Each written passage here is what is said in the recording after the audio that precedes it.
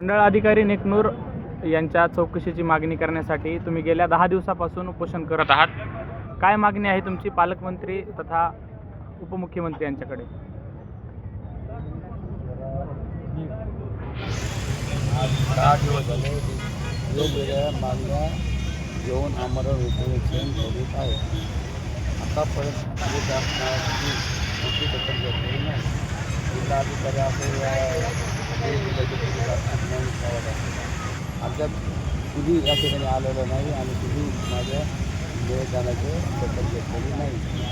मी या ठिकाणी जे तहसीलदार क्षेत्राचे जे मंडळ अधिकारी नायकवाडी आणि पोलीस कर्मचारी आणि पूरक यांच्यावर कडक कारवाई होऊन त्यांना निलंबनाची कारवाई झाली पाहिजे. कारण सावंतवाडी जे प्रकरण झालं महिलावर पुरुषावर हाणमार आणि जुन्या भागाच्या मुली त्यांनी विस्तृत केलेलं आहे त्या गुन्ह्यावर जुन्या भागात गुन्हा दाखल करा. विविध मागण्या घेऊन मी बसलेलो आहे आणि 9 फेब्रुवारी महिना 2023मध्ये ते हायवे उपकरणे 9 फाटा येथे गणेश फुले नामक युवकाला गाडीत ॲक्सिडेंटच्या नावाखाली घातपात आहे. पैसे हायवा धडक देऊन गाडी अशा मागण्या घेऊन मी या ठिकाणी बसलेलो आहे. ही ग्रामीण पूर्ण तपास काढून LCBकडे आत्मशहायता देण्यात यावा अशी माझी मागणी. अद्याप प्रशासनाने दखल घेतलेली नाही. पण इतका त्रास होतो, चक्र येणं, पोट दुखी, अशक्तता आली, कमजोरी आली, डोळे खोल गेले, नरडं कोरडं पडे, बोलता येत नाही. प्रयत्न करतो बोलण्याचा आणि प्रशासनाने असं निष्काळजीपणा कशामुळे दाखवत आहेत याची प्रशासन दखल घ्या. प्रशासन अधिकारी हे गांभीर्य घेत नसल्यामुळे उद्या झेंडावंदन आहे 15 ऑगस्ट या दिवशी मी अचानकपणे काही करू शकतो. जिल्हाधिकारी कार्यालय याची प्रशासन नोंद घ्यावी. उपोषणस्थळी तुमच्या काय मागण्या आहेत सर? जय शिवराय जय भीम.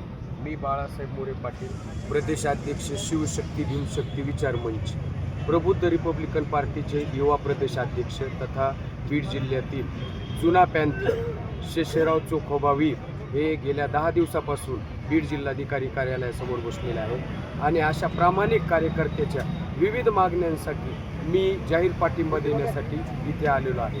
इथे आल्यानंतर माझ्या मनाला अतिशय वेदना झाल्या की गेल्या 10 दिवसापासून हा कार्यकर्ता लोकशाही मार्गाने उपोषण करत आहे, परंतु बीड जिल्हा प्रशासन याची कसलीही दखल घेत नाही. या ठिकाणी उद्या 15 ऑगस्ट आहे, भारतीय स्वातंत्र्य दिन आहे, परंतु आज अक्षरशः या ठिकाणी आंदोलनकर्त्याची जत्रा भरलेली आहे आणि बीड जिल्हाधिकारी कार्यालयाला छावणीचं स्वरूप आलेलं आहे. ही या ठिकाणी खरोखरच जिल्हा प्रशासनाची अपयश म्हणावं लागेल आणि त्यांची प्रशासकीय नामुष्की आहे. आम्हाला या ठिकाणाहून एवढं सांगायचं आहे की वारंवार असे सामाजिक चळवळीतील या ठिकाणी सामाजिक कार्यकर्ते वेगवेगळ्या प्रकारचे आंदोलनं उपोषणं करतात. इतके दिवस त्यांची दखल का घेतली जात नाही? पाठीमागं गेल्या 8-10 दिवसापूर्वी बीड जिल्ह्याची सामाजिक चळवळीतील रणरागिणी किष्किंधाताई पांचाळ यांनी सुद्धा या ठिकाणी फक्त न्याय द्या अशी घोषणा केली.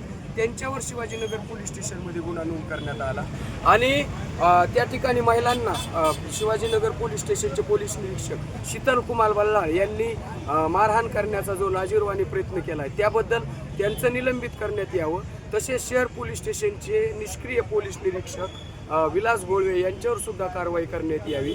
आणि बीडला आम्ही लवकरच एक शिष्टमंडळ पालकमंत्री सुनेत्रा वहिनी साहेबांना भेटून एक मागणी करणार आहोत की बीडचं जे जिल्हाधिकारी पद महत्त्वाचं रिक्त ठेवलेलं आहे त्या ठिकाणी जिल्हाधिकाऱ्याची नियुक्ती करावी. अशा अनेक मागण्या आहेत आणि शेषराव वीर यांची प्रकृती अत्यंत खालावलेली आहे आणि त्यांच्याकडं शासनाने जर उद्या लक्ष दिलं नाही आणि त्यांनी जर काय टोकाचं पाऊल या ठिकाणी जर उचललं तर त्याला सर्वस्वी या ठिकाणी शासनाची जबाबदारी राहील.